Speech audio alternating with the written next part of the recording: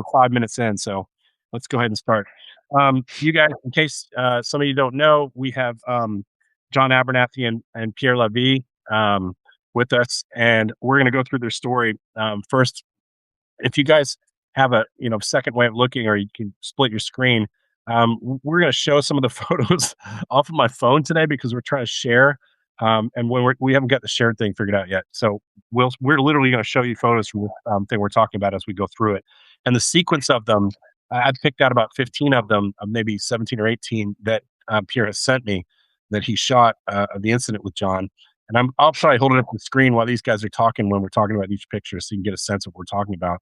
And then next time we have to do this, hopefully we'll have we have to get third-party software to do the screen sharing, even though they told us we can do the screen sharing. But anyways, for those of you who don't know, John and Pierre have been covering and will be covering the protests in Minnesota, and they've been deep in it. And we're going to go through a specific story today that happened to both of you guys, really, if you want to put it that way. It's mutual. Mutual, yeah, it was mutual. And the interesting thing is that they didn't know each other before this incident. They never met, never talked. They may have seen each other because that's what camera guys do. They kind of they get close and they see each other's gear. And I remember some of my friends used to be like, "Is that Nikon or Canon?" But that's about when they're working and stuff like that. They stay pretty focused. John, almost spilled the mug. John, tell us a little bit about your background. And you're from Minneapolis originally. You live there now. Yeah, I'm born here, and I'm here now, and I'm an independent documentary photographer. And so I've been on the streets photographing the ICE protest as well as all the George Floyd stuff. And prior to that, I was doing architecture and product and food and whatnot. Yeah, so that's the interesting thing for me is that you've been a professional photographer your whole career, but now you're sort of like in this journalism world. In the last couple of big events that have happened in Minnesota with George Floyd and now with the protests, and that's to me is just you don't see that transition very often in life. You went from being commercial photographer where they actually pay you properly to covering news where it's actually it's valuable to society. Go ahead. Yeah, yeah, it's a big change, but I've always been interested in it, and I've always loved photographers like Salgado, for instance, and the old black and white documentary photographers have always been with me since high school, really. So how did that happen? How did the change happen? Was it just because of the events that happened, or? Well, I've kind of done street photography for quite a while, and then when the George Floyd protests started happening, I was just really drawn to go out there. Actually, the first couple days I went out, I only went with a phone because I didn't know what to expect, and I didn't, if I went out there with my Canon, I wasn't sure how it was going to be received. And then later on, I bought another, like a Leica that was smaller, and I just felt more comfortable on the street with it. And I photographed a lot of that, and some of that was pretty intense as well. And that was sort of my training grounds for what's going on now. Well, so strangely, and this might go over some of your all's heads, a little inside baseball, but were you shooting Leica on that day? Was I shooting Leica on the day I was tackled? Yeah.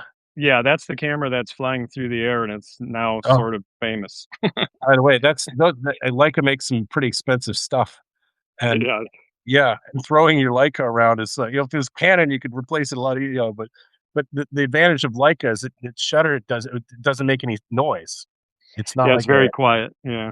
Sometimes so I have a hard time hearing it when I'm shooting, especially in protests. Sometimes I can feel it in my finger, but unless it's been super cold here. It's actually warmed up now, but it was like minus 28 about a week or so ago, and my fingers were so freaking cold that I couldn't feel the shutter when I was pushing on it. My fingers were just numb.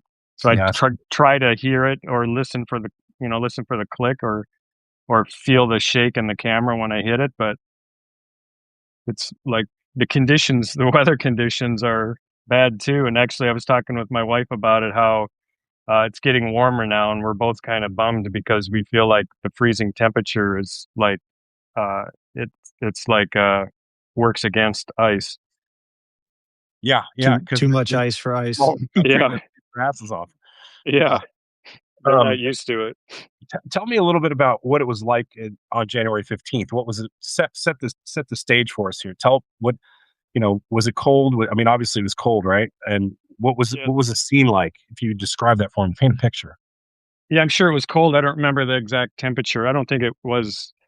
I mean, relatively cold for Minnesota at least. So there's snow on the ground and whatever. But it was January 15th, and I heard there was going to be a veteran-led protest at the Federal Whipple Building. So I went there, and when I got there, it was just pretty much a typical protest with a decent-sized crowd across the street from the Whipple Building, and just chanting and waving their signs and flags or whatever.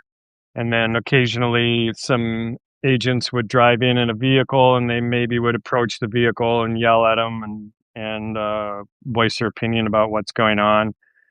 And in the entryway of the driveway for the Whipple building, there was two squad cars with maybe three or four agents in and around it, just watching the crowd to see what was going on. And then a little while later, they 100 agents came out, formed sort of like a military formation around the squad cars with multiple rows of multiple agents. And then they spread out in a line across down on the edge of the street, directly across the street from the protesters. And that's kind of pretty much when things changed. So let me back up a little bit. How far away do you live from the Whipple building? Is it a long drive? Maybe 25 or 30 minutes. Hmm. And so when they came out and they started spreading this line around, did you say in front of their cruisers? Y yeah, they were like this cars were in the entryway, sort of like a driveway into the parking lot. So when they first came out, they formed like multiple rows of multiple agents, sort of like a military formation on either side of the cars. And then they came forward to the street and formed one long line. And for what? Was it? I mean, the protesters were across the street from the building, right? Mostly across the street. Occasionally, people would enter the street or go past the halfway point. At that point, they were saying nobody's allowed to pass the halfway point because that's federal property, and if you do, you'll be arrested or whatever. So occasionally, people would come out and they'd scream at either the agents that were just by themselves in the cars, or um, or if cars with agents were coming into the parking lot, they would go approach those cars and yell at them. Occasionally, maybe bang on it with their hand. How many And protesters do you think there were outside of the Whipple building? I don't know. What do you think, Pierre? Like 100, 200? Yeah. I Yeah, don't. 100 or so. I'm terrible at that game. Yeah, But like, yeah, I 100. mean, yeah. 5,000 Wasn't or it? yeah, No, no, no. No, It was just relatively 100 small to group of people, really, frankly. relatively And small. Hmm. they not a brought like threat. 100 guys out. What's that? They brought like 100 guys out. Yeah, it was clearly Show a of show force, of we'll call it. power. Yeah, Yeah, force. Yeah, yeah. and that alone, just them showing up, agitated the crowd, so they were getting louder at when they came out because I mean, it really was just a show of force. And were you both on where the protesters were? In other words, you were standing lawfully on the side of where the protesters were and not doing anything illegal at that point, or No, We I didn't do personally, anything legal at any point. yeah, yeah. But yeah. yeah, no, we were just on the other side of the street, milling around, doing our thing. So And what was just weaving happening? it. So go ahead. Oh yeah, we were just weaving in and out of the crowd. I'm sure Pierre was too, but I was, most photographers are going from this side to that side, from the front to the back, just seeing what's around the photograph. And at some point, they threw a flashbang in the crowd, and that's well, actually, Pierre, do you remember when the flashbang went? Was that before or after the agitators came? I can't remember. I think it was. It was after the agitators came, and it was like right as they were crossing the street to engage the protesters. Yeah. Mhm. So Oh, they so you threw guys, like a couple right away. the agitators, you're using that term. I know. Hmm. Who are you referring to when you're saying the agitators? It can be a little confusing. Yeah, Sure, sure. at some point, four four far right agitators came, and they had like flags and bear spray, and they entered the protest Whipple side of the street, which none of the protesters ever enter from that side. They always enter and across the street and come come up the sidewalk to where the protest is. They were on the Whipple side of the building, and they came and stood right in front of the agents, turned their back to the agents, and had bear spray and were pretty much taunting the crowd. Oh, so the agents had no problem with the far right people standing in front of them. Nope. And the far right people who are the agitators standing right in front of them, that would have been a no-go area for the protesters, correct? Yeah, if we would have stood up there, or if the protesters would have gone that close to them, I mean, sometimes they were within just a couple feet, maybe even an agent could have reached out and touched one. If a protester was there, they would have been shoved to the ground or That's really shot. interesting. They're sort of taking sides. I mean, in a case like this, the whole point of putting a show of force is so that there's a large group of people. They're letting that group know. I mean, this is how it's supposed to be. Is how I'm describing it. You put a show of force out there so that these protesters know they can't put a run on the building. They can't do something that violates security protocol, whatever. Instead, these guys were out in front of you, and then the agitators came, and then they stood in front of them. And at that point, they took a side. They wouldn't force them back to the other side of the road or anything like that. Is that a common thing that you see the side taking here when it comes to the ICE agents and anybody else that comes in that's on a far right side of the spectrum?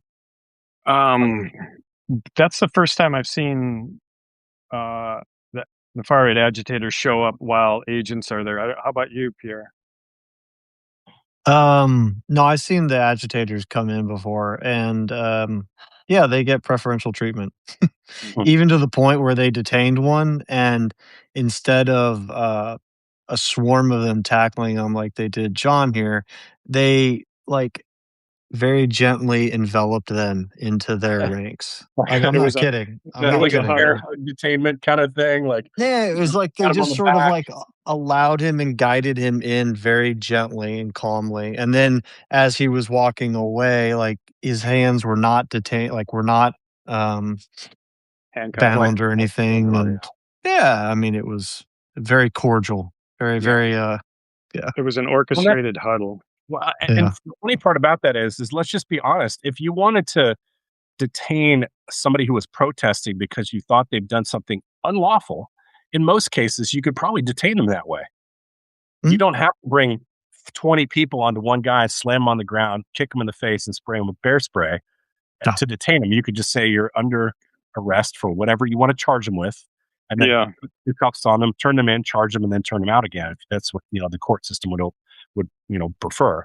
But Yeah. the protests that I see, and I'm not there, and I'm careful about saying I'm not there, but the stuff I see on TV, which is edited and all that kind of stuff, seems to be they come in force with everybody, and they take them down, and it's very aggressive when they could really just cuff them, take them off, and charge them with a crime. I don't want to get too off track, but um, so in this particular instance, what was happening is you had these agitators yelling and screaming, and you had the protesters obviously yelling and screaming at them and the ICE guys, right? So what happened next? Walk me through that. Well, the agents would do pushbacks where the whole line of agents would walk across the street, push the crowd back to the opposite side of the street, and then they'd Where they already retreat. were. Yeah, I mean, where they already were, Yeah. basically, until they Back, came out. back 14 more inches, you Yeah. agitators. Yeah. You homegrown some of the terrorists. fiercest, most threatening and non-threatening women, and vets, and Yeah. I consider myself an older man, like old guys. I mean, it's just like it's Yeah. ridiculous what they're doing. Yeah. So visually, what you got, because we can't forget about the fact that you guys are not protesters, you're photographers. Visually, what were you thinking in terms of what the story was at that point? Aggression of the agents. That's And you could against. feel that coming on. You could see that. You started sort of probably at that point moving around to try to capture that. Yeah, I mean, as a photographer, as an observer, you can see energy changes in the crowd and in the agents that maybe a protester can't see because they are the energy. So I'm just sort of staying in tune with the agents and how their energy is shifting. And when they start getting aggressive, you have to consider where you're going to be, and then when they retreat, you can get closer to them and whatever. So I was just trying to pick angles of them coming towards protesters that showed their aggression.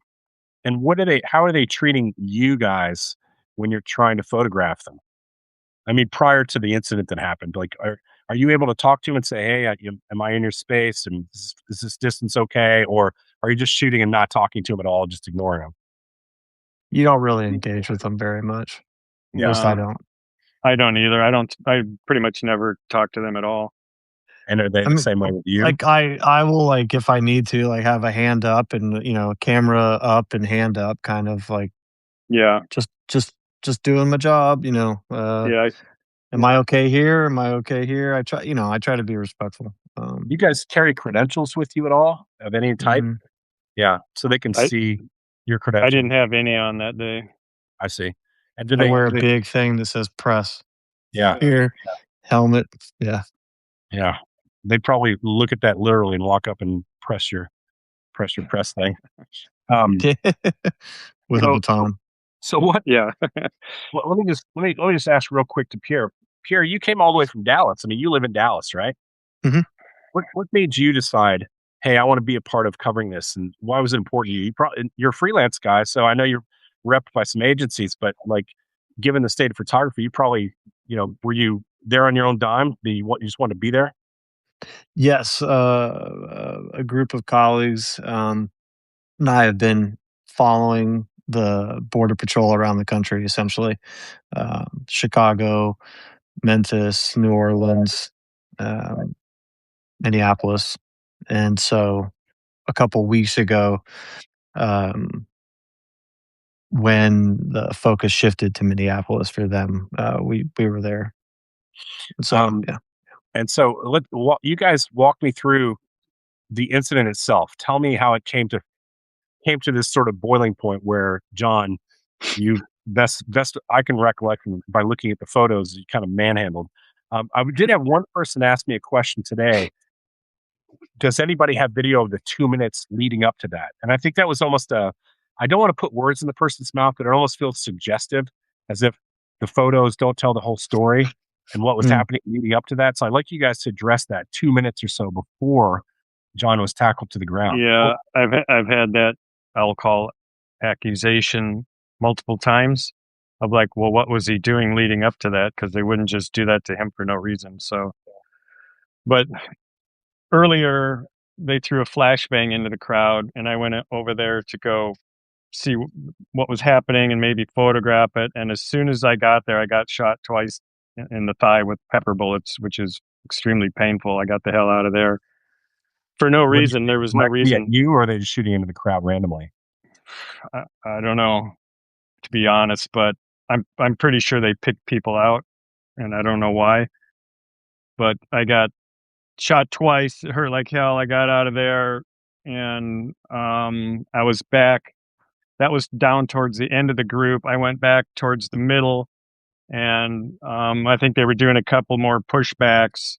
And I think the one of the photos that you were using on Facebook of mine is the agents on the right side of the frame with their masks on, and then there's protesters on the right, including the guy with the flag and the mask on in the middle. Yeah. That that photo was taken, I think it was 2 minutes before my last photo was taken and Pierre's photo. Mhm. So 2 minutes before, I was photographing what was going on, and in that particular moment seems relatively calm. But then I was all the way across the street from the federal building into a driveway that goes into a parking lot, and I'm not exactly sure. I've never gone back to look and see how far in I was, but I'd say at least 10 feet into this driveway, maybe more. I think we were, And I like, right said, at the bottleneck, you know? We were, like, yeah, right at the top part. yeah. So And you were on then private property at that point. well, I don't know if that's federal property there or not, but I'm not sure what that building is there. I've never actually looked to see what it is, but there's a Oh, building. when you said you were on the driveway, I thought you were like some person's driveway or something like that. No, it's No, some it's an sort of, industrial area, Okay, it's okay. a commercial yeah, area, so Okay. So you were yeah, kind of you were in an area and they were doing these pushbacks. Let me just clarify this one more time. When they do these pushbacks, was there any reason to push anybody any further back than where they were? No. Like, was there a surge of protesters that made them line up and push people back? I mean, that's the kind of thing that people on the right are looking for, those kinds of contextualizations to see whether or not there was even reason for that push in the first place. There should be a reason that somebody pushed you back somewhere. There was no reason for the agents to be out to begin with. About yeah, like any of this is reasonable. Yeah. But yeah, Even that day though, when they had 4 agents in the driveway to the Whipple building, that's reasonable to keep, to have people there to keep protesters from entering the property. That's reasonable.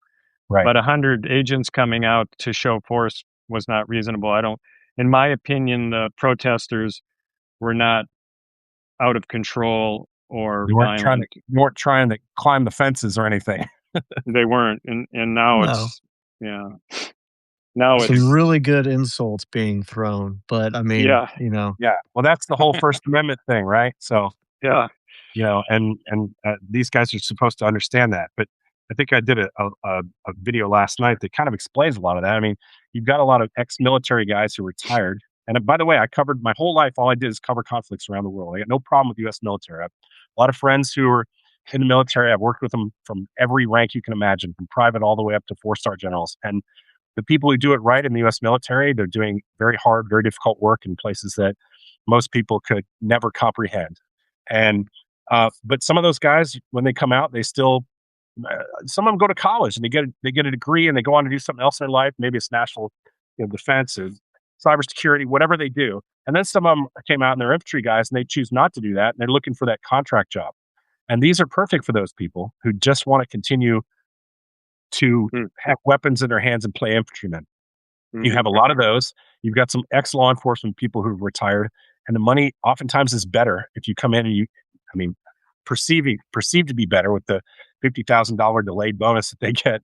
But nonetheless, they perceive that to be pretty good. And if they've got college loans to pay off, you got up to 60 grand to do that. So they're like, hey, this is not such a bad idea. But then you have these kids who are 18 years old, and the requirement now is that you're 18 and you have a high school diploma. You don't even, in fact, there's LA Times piece that I referred to yesterday that said that they don't even have to have a high school diploma anymore. Maybe they have to have a GED or something, but they do not have to have an undergraduate degree, and fuck all. And they can go out there and do that work. And so you have a lot of young kids there. And some of them are masked and some of them, it's hard to tell how old everybody is, except probably from a little bit of body type. But you do have young kids there who don't know shit about the Constitution or the First Amendment or have adequate training in crowd control. They think crowd control is by shooting into crowds with pepper spray and pepper bullets and then spraying people with, bear spray and shit like that. And that's used for aggressive crowds, right. Anyways, riots. So, yeah, for riots. And that's what I think the Trump administration likes to call everybody. I say this a lot. They like to call everybody agitators, domestic terrorists, rioters. They use those terms instead of the word protesters. And a lot of these people are screaming and yelling. That's their First Amendment right. A lot of them are carrying that horrible thing called a sign with words on them. That's very aggressive. And then some people have those really dangerous things, not guns. They're concealed carry permits, but they're carrying their cell phones. And that to me is the most dangerous thing to them. And that's why people with cameras get shot and, arrested and things like that, because they are the witness to what these guys are doing. So tell me about how this whole thing happened with this last movement and what happened to you? Why did they tackle you in the first place, John? Well, that's a good question. Walk us through that scene. Yeah. Well, some point earlier when the agitators were there, they had bear spray, and I noticed one of them was just holding it loosely. So I slipped it out of his hand and threw it behind me, basically de-escalating a threat to the community. And so I just saw him, like, he just had this disappointed look in his eyes when I did that. A little bit later, that's when the agents did that orchestrated march around him and brought him into the building. And then at one of the pushbacks, I was into the driveway across the street, and I thought they were finished with their pushback. And I got nailed from behind by 2 or 3 agents in green, which were Bureau of Prisons, and then taken to the ground. And at first, I didn't know what happened. You were on prison property, right? Nope, no. And you were taken to the ground by people that said Federal Bureau of Prisons. They got everybody. They got different agents from all sorts of different agents. No, I get it, but like if you're in the Bureau of Prisons, your jurisdiction is in the prison. Right. Yeah. I'm not anywhere near a prison as far as I know. Yeah. Except for whatever's going on in the Whipple building. Yeah. Okay. So keep going. I'm sorry. Yeah, no problem. So I get taken to the ground. I got by at least 2 or 3 agents in green, and I've got knees on my back, and I'm face down. I literally don't know what happened. I'm looking at the ground. I'm like, I don't remember going down here. I'm just down here looking at the ground, and they're screaming at me to put my hands on my back, and I literally, like, so many things went through my head in these next few seconds. It's kind of insane. And after I was like, what the hell happened? Why am I looking at the ground? And then I saw the feet and everything around me. And then I sort of realized that I've never said this in any other interview, but the first thing that came to mind was, is this all you got? Because they weren't trying very hard to pull my hands behind my back. I'm like, seriously? And like, in hindsight, I actually wish I would have tried to get up and run, but I don't know. Well, let me just contextualize this a little bit to our viewers, okay? And you can see some of John's stuff. He's got on my Facebook, and I think on the Substack, we have listed these guys' social media sites, and I encourage you to go look at them. You can even look at them now if you wanted to. Pierre's stuff of the incident where he's photographing John being taken down. That is that on your Instagram stuff as well, Pierre? Mm-hmm. So you can see that there. I'm just going to give you a sense of what we're dealing with here. And this is Pierre's photograph of these guys coming out of the Whipple building, right? Yeah, these are right. That's a show of force. That's crazy town. Like that to me is more equipped than often the special operations guys I've been in combat with are equipped. And I've been they got all the money and all the toys right now. Yeah. So they got I just heard that there's 32,000 munitions in town, and some military experts said that's insane for what's going on. Yeah, it is. Here we're seeing you being tackled here, and then you can literally, I can honestly see that Pierre is really focusing on making sure he's got you in frame and your head's falling in the ground, and Pierre's working at this point. And that's what photographers do. You miss these moments; they never come back. You can't reshoot them. This isn't Hollywood. So he's shooting and trying to get this incident because it's history in the making, right? And then you see John is on the ground at this point. It's just a rough frame of him being tackled, and you're in tight quarters there. I can tell, Pierre. You're pretty close. You're trying to find enough space to capture the whole frame. And then you start seeing John trying to get his wits about him here, right? You see John's face. Well, he didn't fall like everybody else. He didn't fall, but he didn't go down like everybody else goes down. I noticed he went prone. Like he was on the ground laid out, like he was thinking. I don't know. And I honestly thought to myself, like, oh shit, he's gonna look up. and I got it, and so that was what I was. I think John is. I did that for you. You can look at John's hands. He's protecting his gear, which all camera people do when they're taken to the ground. And, not all. a lot of people just yard sale. The good ones do. And then you see here. Now this is where it starts getting really interesting to be frame by frame. You can see John's facial expression here. And if this isn't a great image for you guys, just please go and look at it because they're on Facebook, on my Facebook page. Yeah, you got to look at this one. Yeah. Go ahead, John, and talk this one through. You need to look at this one on Pierre's page because it's hard for me to see, but I think that's the one where there's one agent's hands on my phone and he's trying to pull it out. Is that right? Yeah. Is and that there's another. and there's another agent, another arm right behind that agent on my arm. Right. I don't think that's the one. No, that's not It's the not. one. But you're Oh, okay. looking. You have eye contact with Pierre at that point. Yeah. So I What's remember going through your mind? I'm on the ground, Holy face shit. down. Yeah. I'm trying, like a lot is going through my mind. I'm wondering how I got here. I'm wondering why they're screaming at me. And then I'm thinking, I start to like almost kind of panic, like, what's going to happen if I go into this building? Am I ever going to see my camera or my images again? So I decide to just look up and see if I see a photographer. Pierre was standing there, and I'd never met Pierre before, seen him. And I just decided to throw my camera, and it landed, I think, only like a couple feet in front of you, right? Yeah. Couple feet in So, front of me. you guys can tell from this image, that's the camera down there at the bottom of the frame, and it's in mid-flight. Yeah. So you can tell that there's at some point in Pierre's career he had a sports background because he caught the camera in midair. No, You know, it wasn't midair. It wasn't midair. It was on the ground, and I at that snatched point, the. is it on the ground? No, that the frame, like Oh, you the caught the image right photo, there, yeah. it's in the air, but I didn't actually like catch it in the air. No, I'm Um, talking. You caught you caught the frame of it when it's in midair. got it. Yes, Right? yes, That's yes. your sports photography background. You got the action scene. You didn't let it hit the ground when the scene was gone. You caught it midair. And honestly, this is almost a Super Bowl s toss between the legs of the ice agent around the legs by John. It's almost like you guys coordinated this shit, but you had never met at that point, not once, No, not seen each other.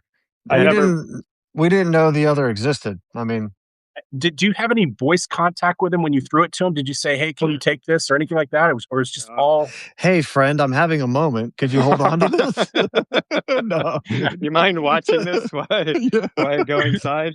I Yeah. mean, there's a thought in my head that because I saw on your facial expression, it looked like you might have been saying something, and I thought maybe it was like, I don't. Can you just grab this, for me or something? But you just threw it at him, and he picked it up, right? Yeah, I just figured my chances were greater if I throw it into the crowd than if I take it in with me. So I just threw it, and luckily it landed on the base plate. It didn't land on the lens or the screen on the back. It didn't tumble. It just landed, and I was like kind of amazed that nothing actually happened to it. And then it gets a little weirder here. I mean, you can see in this frame here, you've gotten rid of the camera, and you're pretty. Yeah, I mean, they're all over you at this point. They've Yeah, surrounded you as if the rescue team of SEAL Team 6 is coming to pull you out of the crowd. But they're Yeah. all over top of you, and they're all on top of you. What are you thinking at this point? Were you actually like, "Thank God my camera's not going to be handled by these people"? well, He was, well, he I was, don't, go ahead. I was just thinking, he's thinking, I gotta get my phone out. Yeah, Yeah. So, I mean, the first thing was getting rid of my camera. And I don't have a memory of those guys' hands on my phone or on my arm, but I think I must have known that at the moment, gotten it loose and threw it. But I think one hand was still on my arm because when I here, threw it, it did not go far. yeah. Here's where they have you by the arm. That next frame, you're thinking about it the frame before, and you're thinking about it here, and they've got you by the arm. And I think at that point, you're starting to decide, I need to get rid of the phone too. Yeah. So I throw the phone, but I think there's one hand still on my arm. So I don't throw it very far. Literally, it seemed like it went 2 feet in front of me. And then I saw a green boot land on it. And it was the weirdest feeling inside. Like, after all I fucking went through just now, seeing that green boot landed on my phone was like the biggest disappointment ever. I was like, I put my head back down after that. I was like, shit, I don't know what that meant. But then And, Pierre can tell you how he got the phone, which is and great. here's another great sports action shot from Pierre capturing the phone in midair again. And so now Pierre's got. I mean, you should, if you know anything about a photographer, even when they're traveling light, they have their probably a donkey bag or something like that, or a backpack, and then they've got 3 or 4 lenses on a day like this. They don't want to carry too much, and maybe a couple bodies, right? That's what I'm guessing. Two And so, bodies, two yeah, lenses. Yeah. there you go. 2 bodies, 2 lenses, and a bag, and so you've got already enough gear in your hands, and he's throwing shit at you. I know. I told him the next time he throws a camera at me, though, I'm keeping it. So I don't. It's interesting. Did you feel secure at that point, John, that you'd kind of gotten rid of stuff where somebody had it that wasn't going to do bad to your? Because really, it's the phone and the camera is one thing, but the images are where your value is. You can always replace, and you have insurance for those things, but you cannot replace the images of history when they're happening. Were you thinking that at all? Well, I was thinking I got to get rid of this shit because I don't know what's going to happen when I go inside. So, but once it left my hands, I can't say that I was like, okay, it's safe now. I didn't feel that at all. I was in a panic until it was back in my hands, like several hours later. Right. And then here you've got Pierre still shooting, still doing his job. And I just want to raise some attention here to the point that my story yesterday on Substack talked about the things that they have to pass to become ICE officers. One of those things, aside from their training, is a physical fitness test. I would say that the guy on both the right and left and the guy in the middle are probably not. I would be very surprised if they could pass a physical fitness test. Just, Yeah. I don't know what the standards are, but I don't think they're very high. I mean, this guy's 300 pounds if he's an ounce. Yeah, they're I don't know what the standards are either, but yeah, they're not all reaching the standards. Yeah. Yeah. Okay. And then honestly, I thought, and I don't know if you really were thinking about this, but you've got all the smoke from whatever flashbangs they're throwing in the background. You got these guys acting tough, and then you have an upside down flag off in the distance, which I Yeah. thought was nice framing of that. I mean, I think you With guys go with the ahead. resist flag as well. Yeah, the resist flag. Mhm. So, this is the kind of stuff that, and then this, honestly, this must have happened afterwards. Is this in sequence? They pepper sprayed you after all this happened? Yeah, so after I threw my phone and camera, well, first of all, like a couple frames earlier on one of the shots that's pulled back, you can see that there's like a light cloud in front of me, and that's pepper bullet powder, which when the pepper bullets, when they shoot them at the ground, it just creates this super fine mist, and anything lifts it up in the air. Walking through it, like let's say it was shot on the ground yesterday and someone walks through it, it lifts up in the air and the crowd will start coughing. And so they'd shot a few of those on the ground. And at that point, I was already having a hard time breathing from that. And then seconds later, they deployed a tear gas canister within very close range. I couldn't see, I couldn't hardly see anything beyond the 2 feet in front of me. And then I was having a hard time breathing. I realized I probably had maybe 3 breaths left. And I was like, that's for me when the fear really kicked in. I was like, there's something's about to happen and it's going to happen soon. And I figured I was either going to throw up or I'm going to pass out. My mouth was like down by the ground. I'm gagging like crazy. And, and then at this last second, I see this hand come around the front of my face and spray me right in the eye with pepper spray. So the entire side of my face is coated with pepper spray there. It's in my eye, and at this point, I'm 100% defenseless. And I took my own hands out and put them on my back just so I could get out of the situation. So yeah, and that's to me, you're when you were on the ground and you had thrown that stuff to Pierre, you already had people on top of you, or you were immobilized, right? Yeah, I had at least two knees on my back, and actually, I tie my camera strap around my wrist, and then it's like I actually don't know how I got that off my wrist and was able to throw the camera in just like a couple of seconds. I don't remember taking it off my wrist. I don't know how I did that. And what were they saying to you at that point? They have to be giving you some sort of instructions. They were screaming at me that they got me because they saw me bear spraying my people, which I thought was weird terminology. And I said, "No, you didn't." And they said, "Yes, we did." And then they were screaming at me to put my hands on my back, but I never did until they pepper sprayed me in the eyes. So at one point, let's just back up. You saw one of the guys who was a protester. He had bear spray in his hands, and you grabbed it from him and threw it away, right? Yeah, I threw it behind me. Later on, I noticed it was in the driveway near the curb or something, and I decided to pick it up again and throw it between these like there's like boxes of I don't know what, and by some tree there, so it wouldn't get used on either side against either side. Right. So you're de-escalating on your side, Yeah, almost to say like, don't be stupid here. You know, you could protest, but don't bring yeah, this shit onto us because they'll start shooting people. Right. right, yeah, You'll give them deadly force authorization. You know, easily.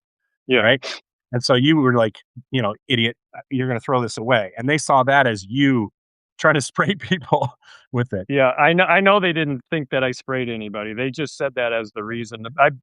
I feel that I was taken down as punishment. That was payback for interrupting whatever the far right agitators were doing with the bear spray. So Mhm. I interrupted that moment, and that was payback. So when they took you into custody and then took you in the building. What happened? Yeah, they handcuffed me after Hold when I on. put my hands I up. screwed up here. I screwed up. Go Pierre, ahead. what were you seeing when you were watching all this go down? What were you seeing and what were you thinking? I hope that shit was in frame or focus. No, Uh, that's true. Like, because I mean, they did all that stuff to him. It's kind of like it's like kind of wasted moments. The history's gone, right? yeah, I mean, and it's and there's more to come, right? So like John's event happened and they had taken him away and I had a new camera and phone. I was just like, no, I mean, I asked a friend immediately. I was like, "Do you know that guy?" I started asking people, "You know that guy? You know that guy?" No, nobody did, and I knew that with his phone, I could get in contact with somebody, so I wasn't like stressing about it. Yeah, Yeah. I was. And Yeah, you I'll bet can, you were. and so did they take you inside the Whipple building? Yeah, they handcuffed me, turned me around, and at the time I couldn't see. My eyes were just a mess. It's basically like if you coated your eyeball with Vaseline. When they stood me up, I had no idea that there was that many guys around me when I was on the ground. When they stood me up and turned me around, I still didn't know because I couldn't see. I didn't know that until I saw Pierre's photos and some videos later, like how many people were actually around me. So I had an agent arm in arm on either side of me, walked me towards the building, told me to watch out for this or that, but I'm like, I don't know what you're talking about because I can't see it. And then they walked me into the Whipple building, uh, sit me down on a bench, and with my back to the wall, and start questioning me. Did they clean up your face at any I was point? gonna ask, did they give you any sort of treatment? Yeah. No, I was in total agony, and I couldn't answer their questions. I mean, my face, my skin was burning. My eyeballs were just on fire. And I'm just moaning and yelling. And then two agents stand me up, arm in arm, walk me back outside. A third agent follows with a bottle of water with knife holes in the top, plastic bottle water. And I bend over and he squeezes it to shoot water up and flush my eyes out. And then he wipes my face off with wet wipes and How then long did walk me. how long What's did that? this period how long did this period last between them walking you in and then finally walking you out to clean you up? How many minutes? Um, that's hard to say. A few minutes.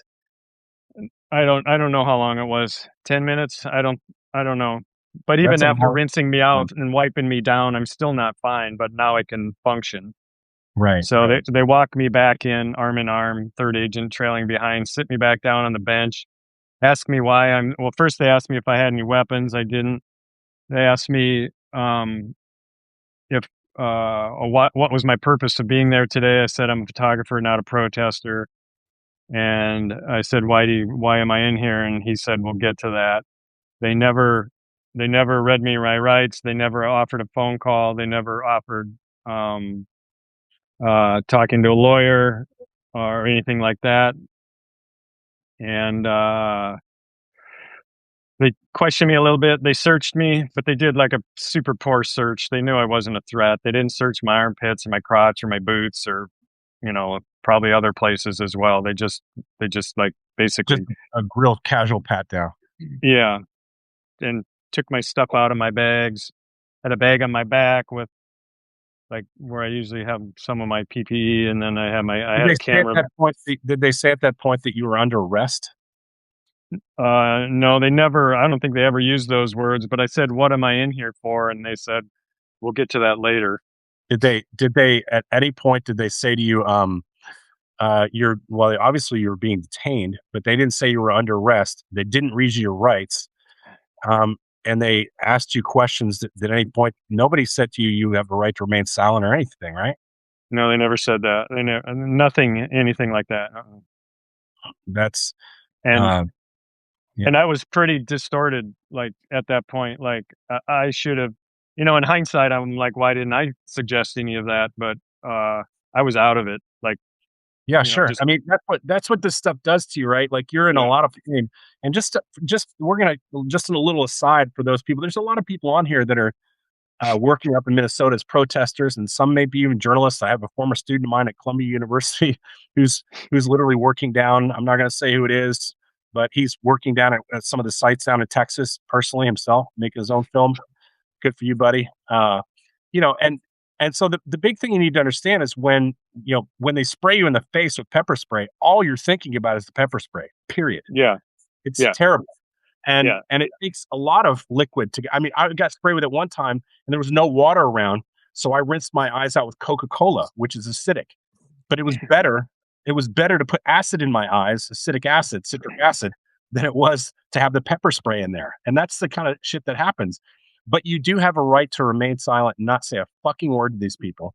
And yeah, if they're detaining you and they haven't said you're under arrest or what the charge is, you need to ask them, am I being charged with something? Am I free to go?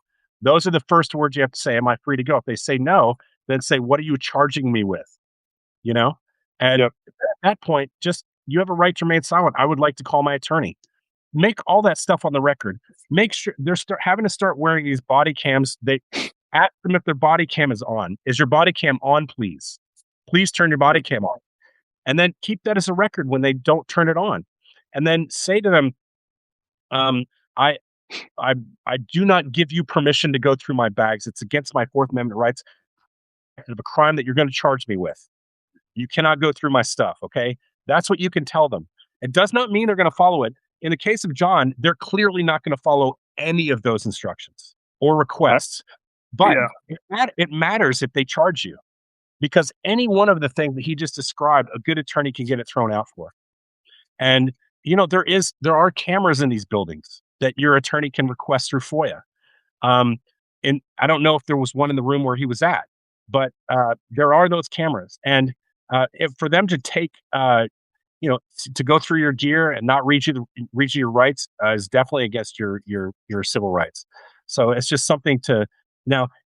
You're not going to be thinking about that clearly when there's 20 people around you, surrounding you, intimidating. You're all in big gear. They have their fucking helmets on. They're carrying M4s with fucking silencers on to some of these people. That's the time you have to be really, really, really diligent about thinking about what is the next thing coming out of my mouth, you know, and the pressure that they exert on you is constant. It's constant. Uh, and almost at a certain point where they give you some water to clean your eyes out, you're like, oh, thank God, this guy's my friend. He's letting me clean my eyes out for a split second, and then you come back to reality. Like I'm being detained, and anything I say right here can be used to charge me with a crime. So don't fucking tell them anything. Get a lawyer. Anyways, mhm. that's just a side story. That's all. That's all true, but I think that part of what the issue is with these agents is their erratic behavior and their lack of uh, Training.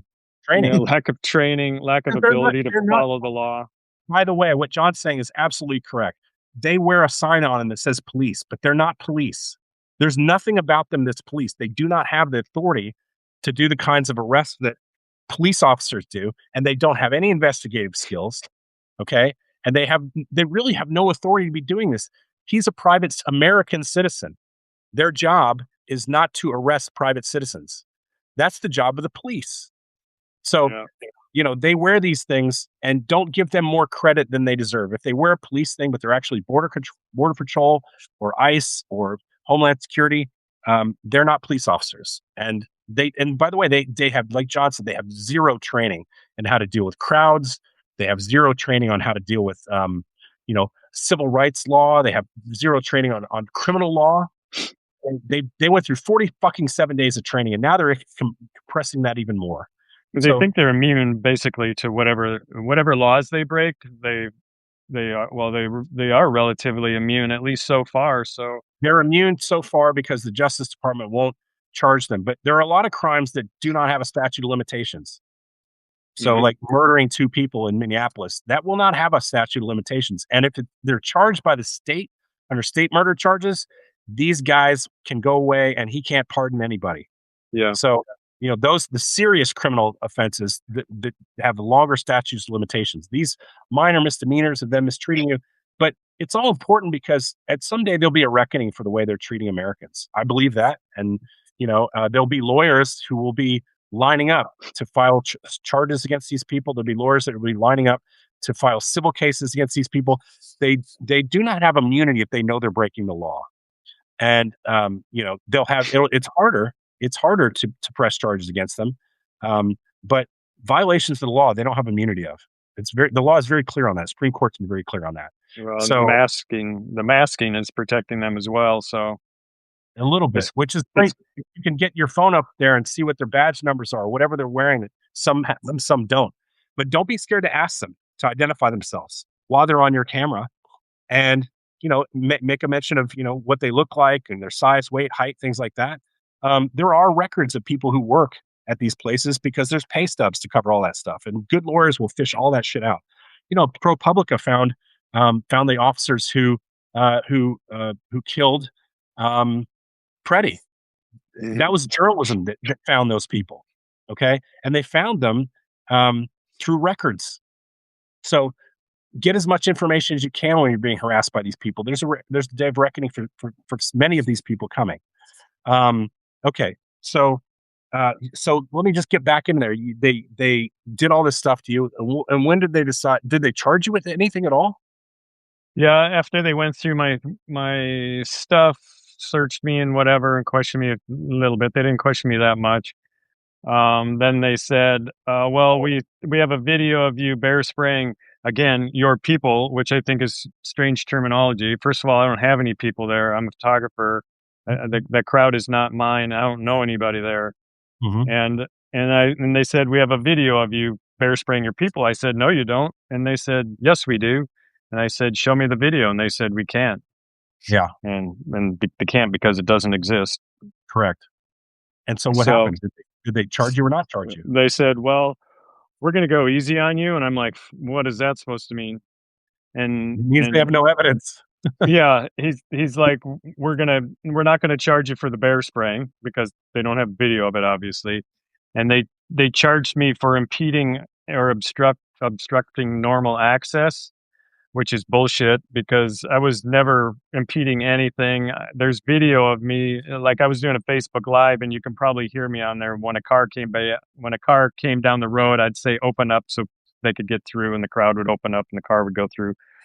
And I was weaving in and out of this crowd the whole time anyways. I was never in one place impeding anything. So my lawyer said it's just bullshit and they'll drop it as soon as we go to court. Yeah, it's going to get thrown out. And Yeah. and that's what they do. They would love to have every private citizen in this country spend all their hard-earned money on lawyers. That's part of the game. Yeah.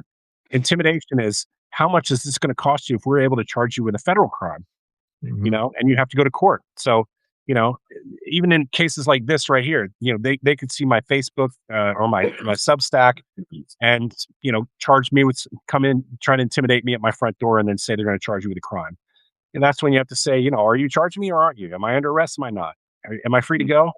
Because they're looking for reasons to charge you with crimes because it just, and then they publicize it. It's not like a lot of the stuff they're not trying to hide. The aggression, I'm convinced that the aggression is deliberate because it carries a lot more weight if millions of Americans see these people getting their ass kicked for no reason, And so a lot of the aggression, because they're masked, they don't think they're going to get caught, and it carries a lot of weight on places like Fox News, and then they say, we took down these agitators, and just so my general rule in these places is to tell people, follow the law to the best of your understanding of it. If you want to blow, I told this on my other thing, and I've been in a lot of riots and protests, including Egypt when Mubarak stepped down, and just insane, 100,000 people, and where things went really, really bad. The first thing I would suggest is, if you're going to blow whistles to attract other people to come to the protest, fine, blow the whistles, but don't get right up in an agent's face and do it.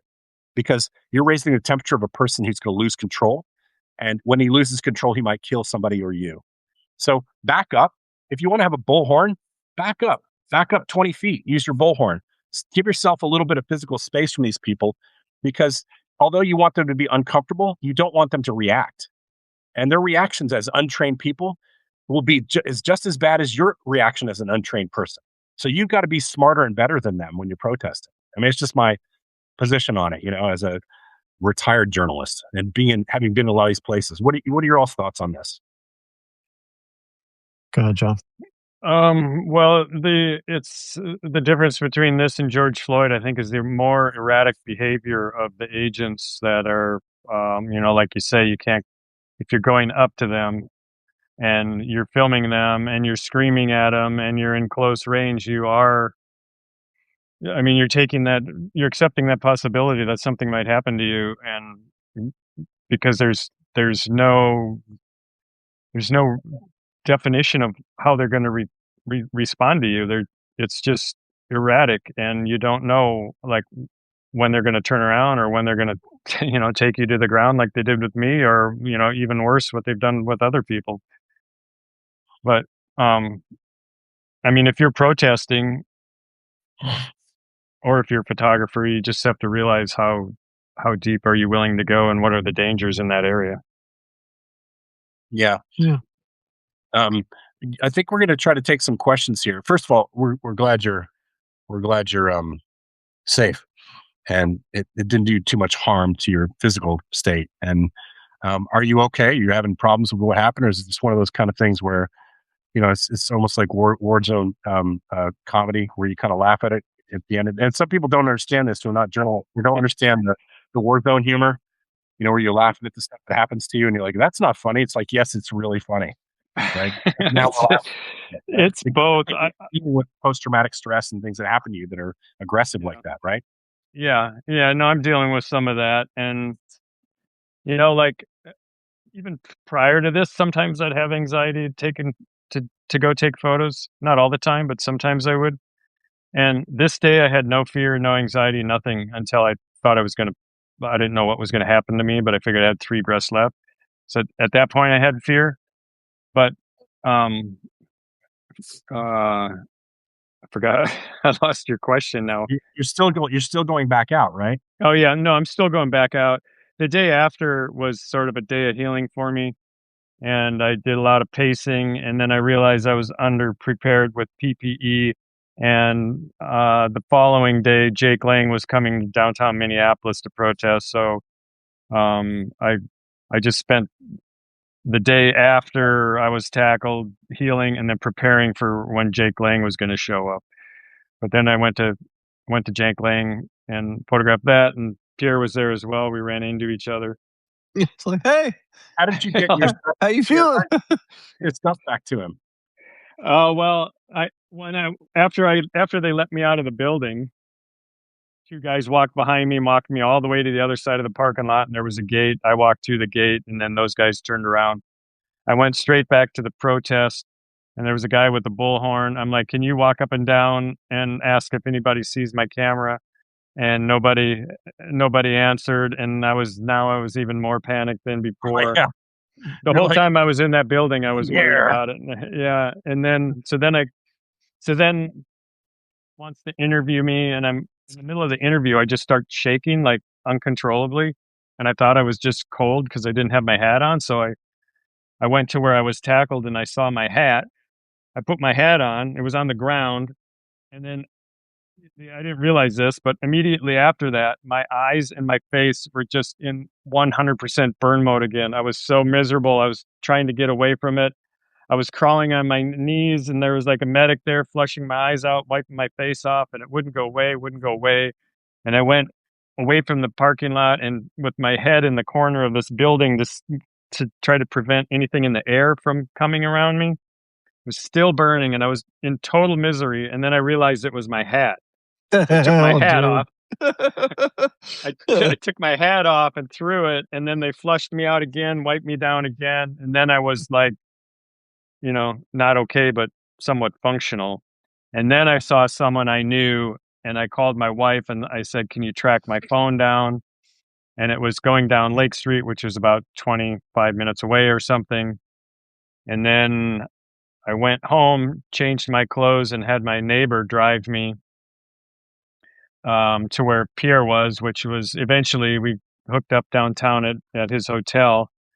And when I got out of the car and saw him, I'm like, oh my God, thank you so much. I was so excited to see Was it him. like a track my phone thing? You literally went to his hotel or whatever, and there he was.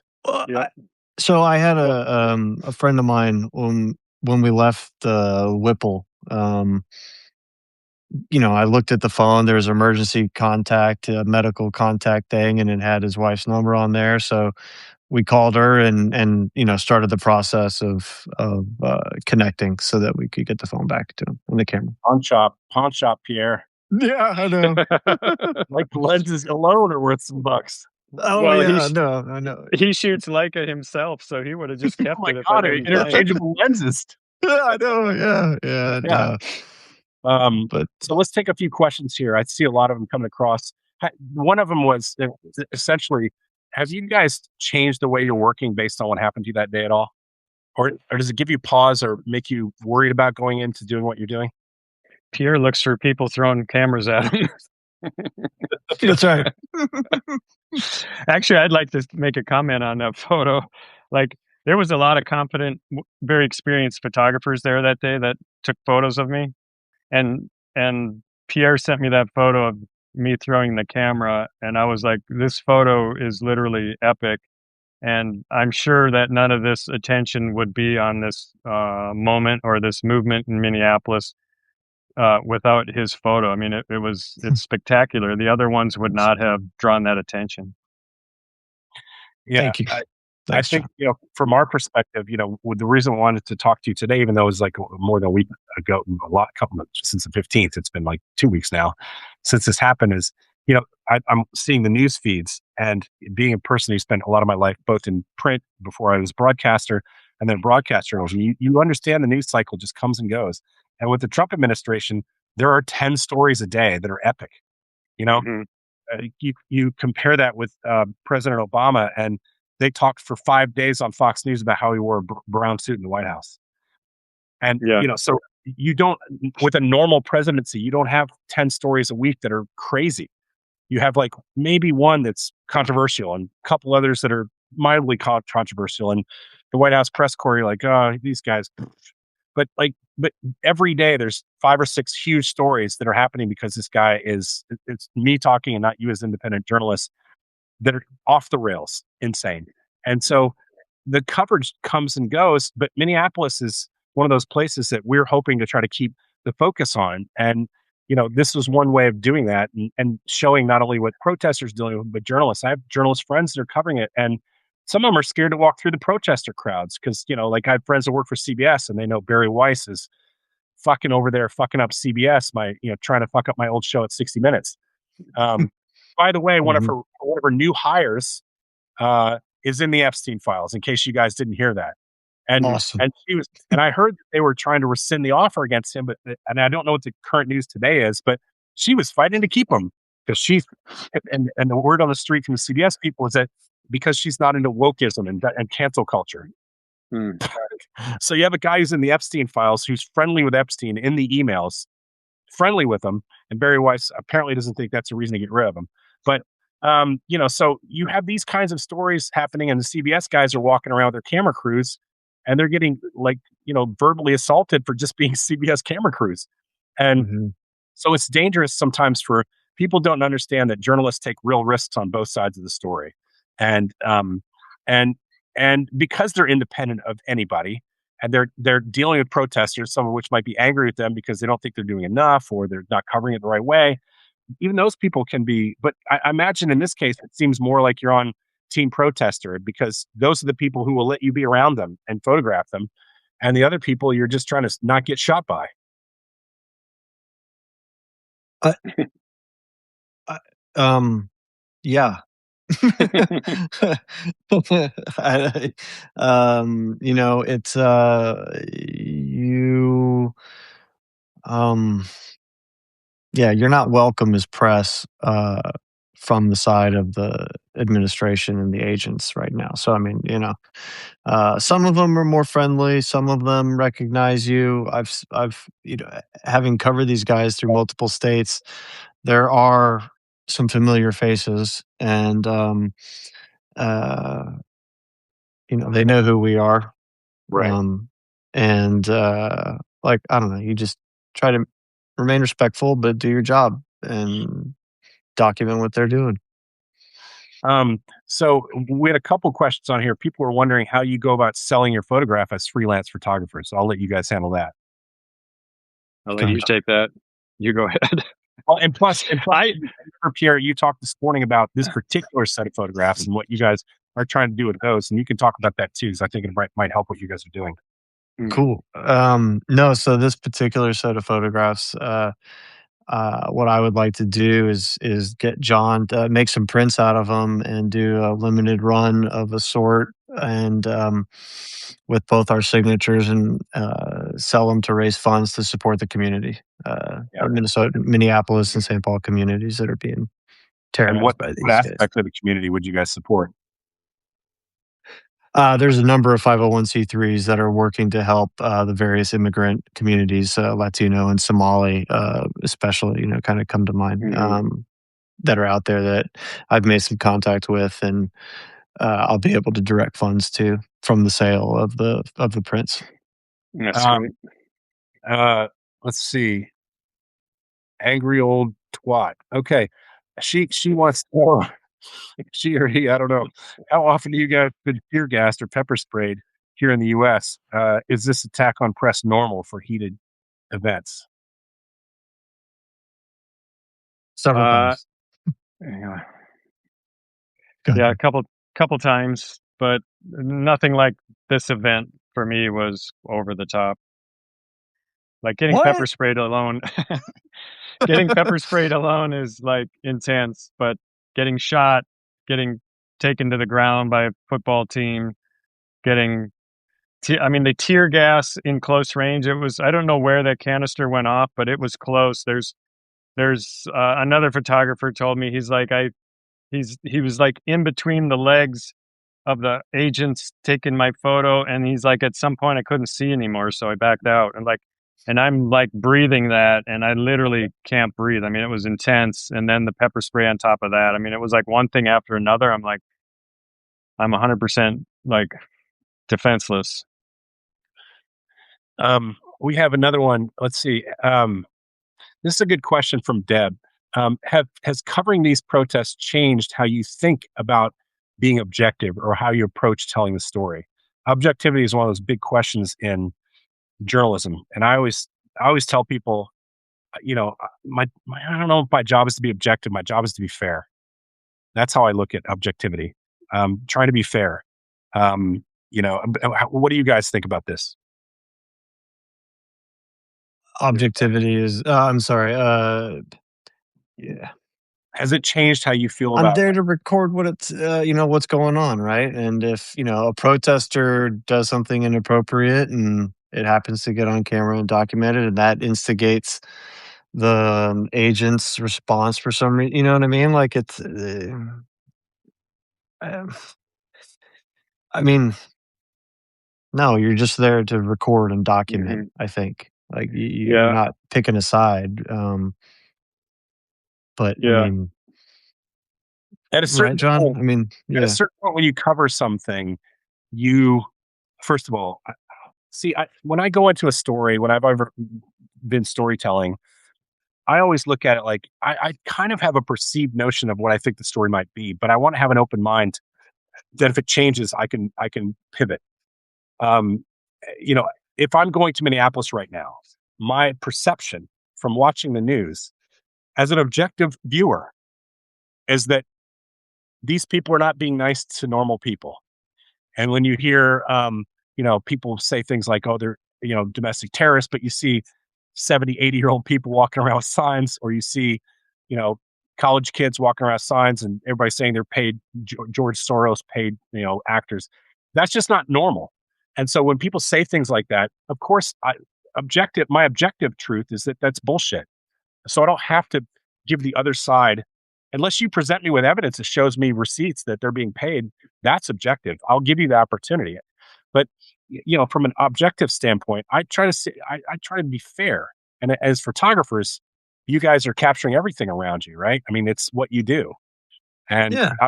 objectivity is just to capture those moments, like Pierre was saying. Do you have any thoughts Well on that, said. John? Okay, let's see. Did you want to comment on that, John? Oh, John? I think he's frozen. Yeah, he must be. There he's. Nope, he's out. He's out. He'll come back. Thinking probably, hopefully. Um, do you did you notice any of the right wing media that were there, or are they being treated any differently than other reporters who are covering these events?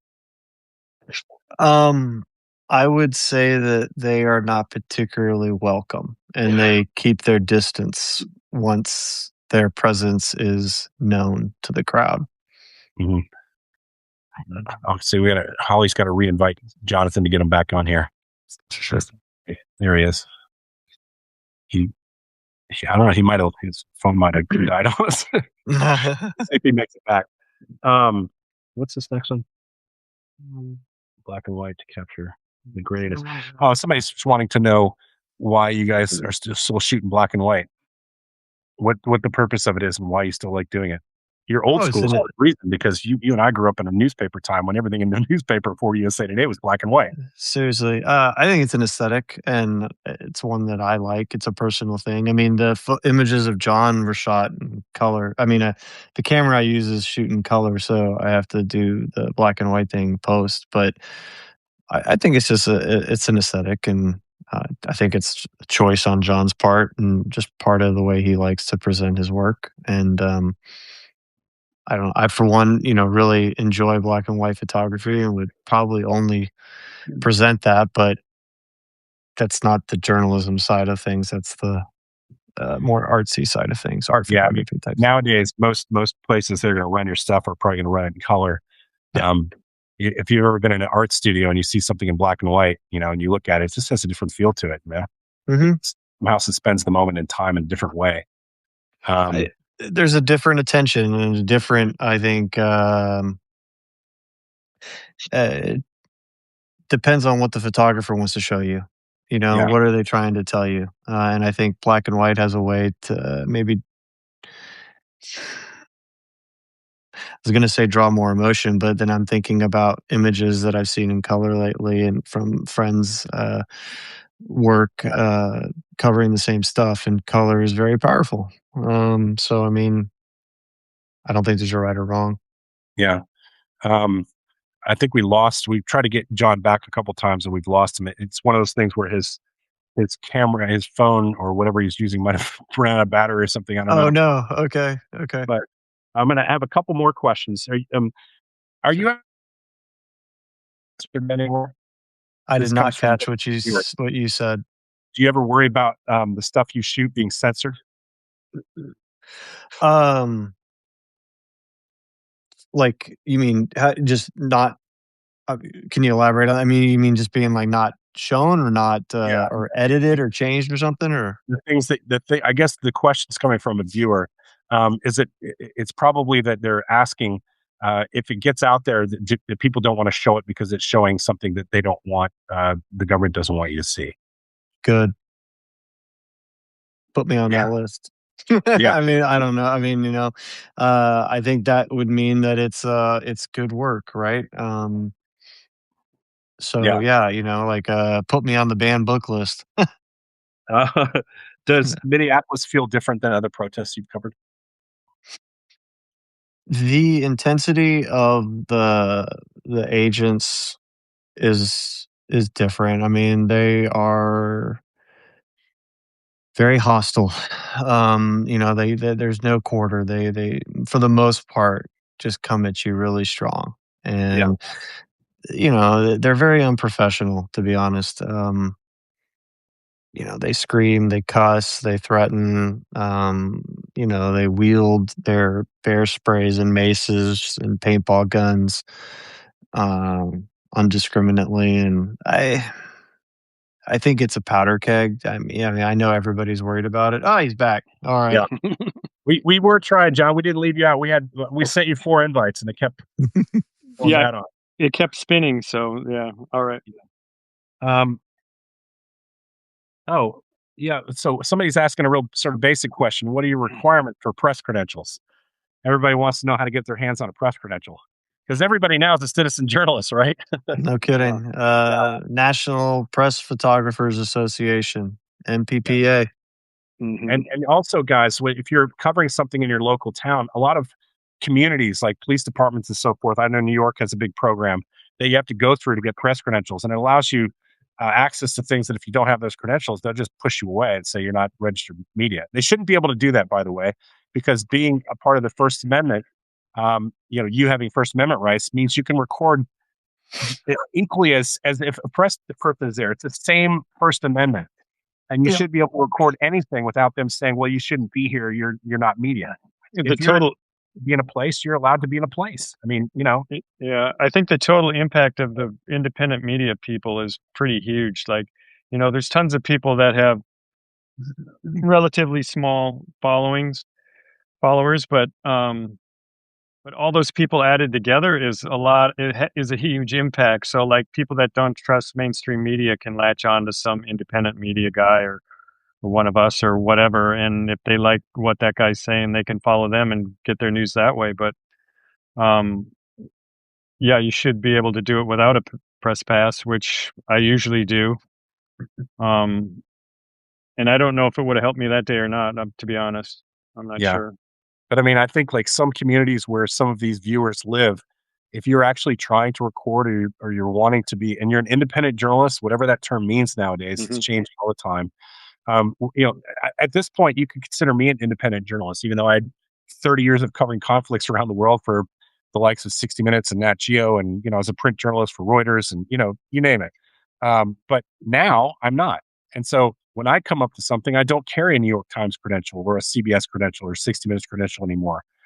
So if you're going to some place and you're covering something and you're actually covering it,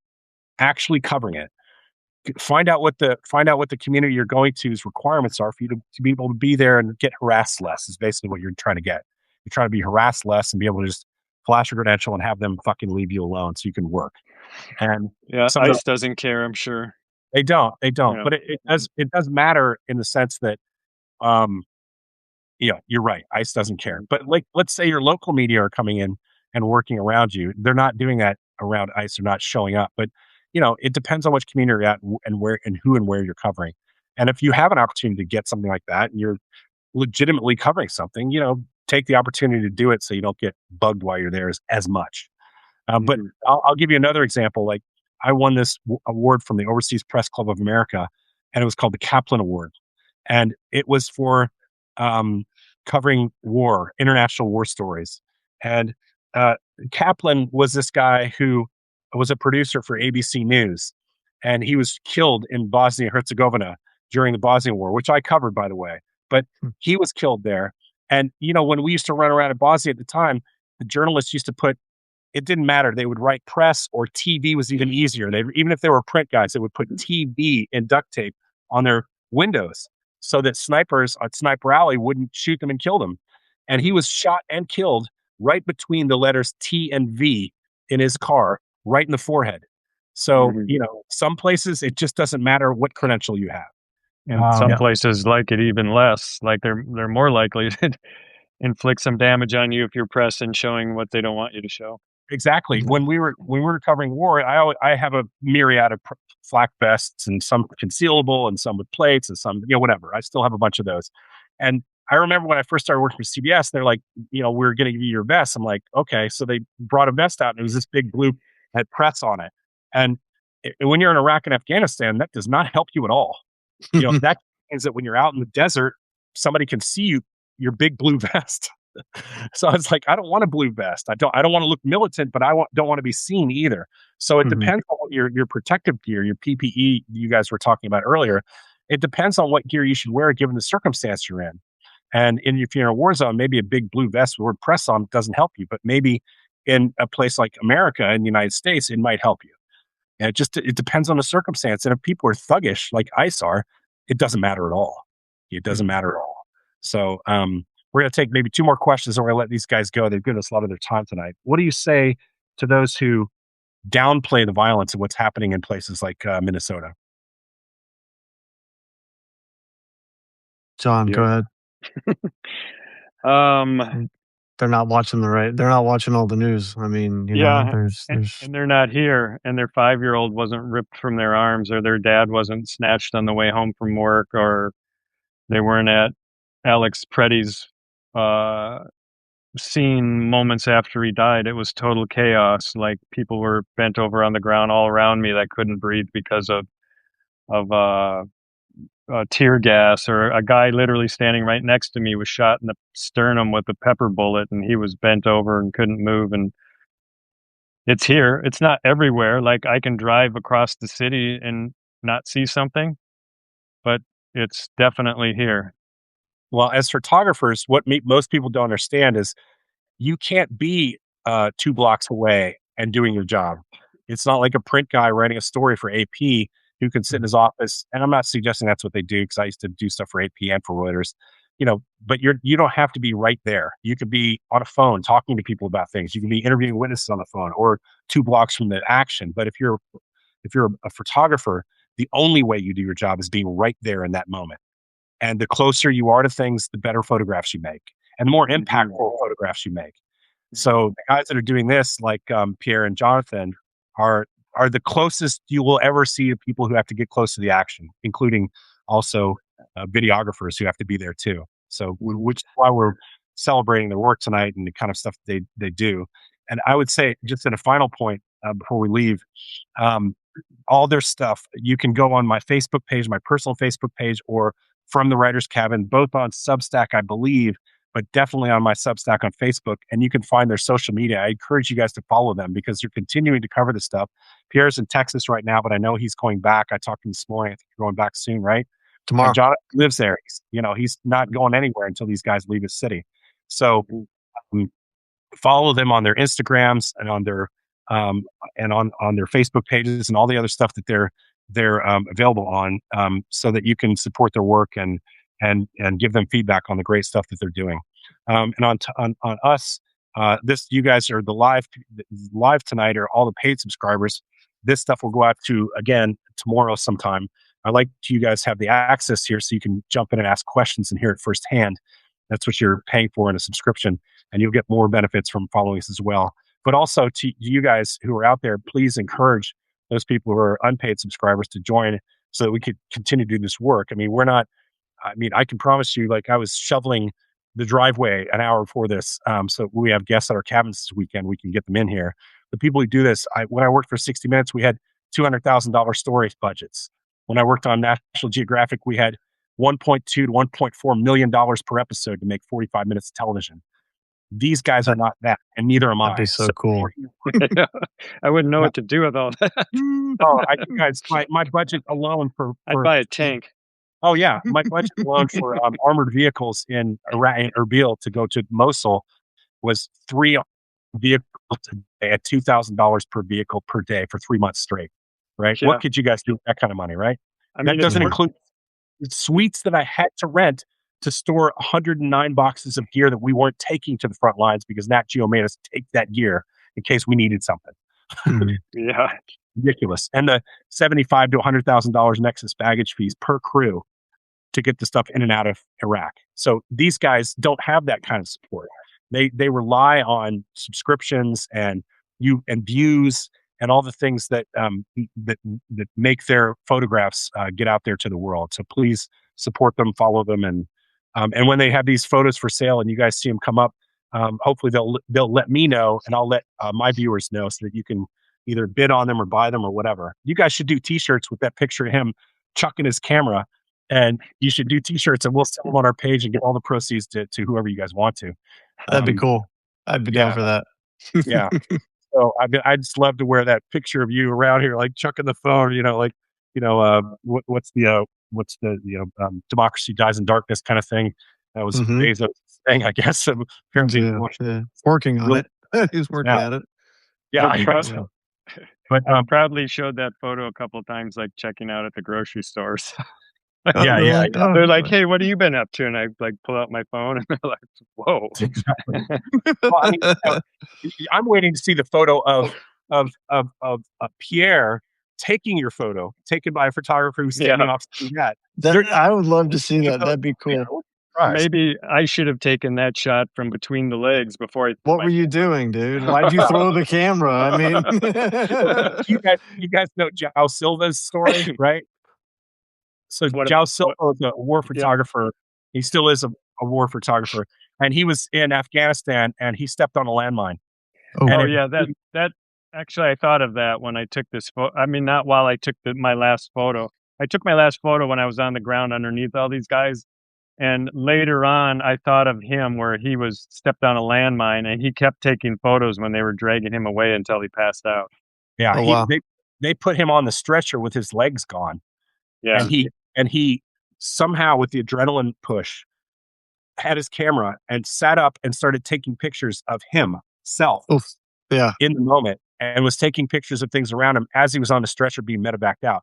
And when I saw your picture of you on the ground there, it reminds me of a lot of these moments. I've seen cameraman hit. I've been shot in Iraq. I was shot in Iraq, and I've been in landmine explosions where a vehicle I was in blew up, and people next to me lost their legs, and I walked away with scratches on my elbows and knees.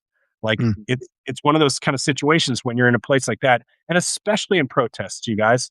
Protests are places where any number of things could happen. You could get trampled, people could shoot into a crowd, and you don't know it's coming. You don't know it until it hits you. And those are very dangerous situations, not just about tear gas. When you have these yahoos running around with M4s with fully loaded magazines, there's no telling what will spook those guys and give them an excuse to shoot it at a group of people. Just the last thought is applauding these guys. Thank you very much for coming on tonight. Yeah.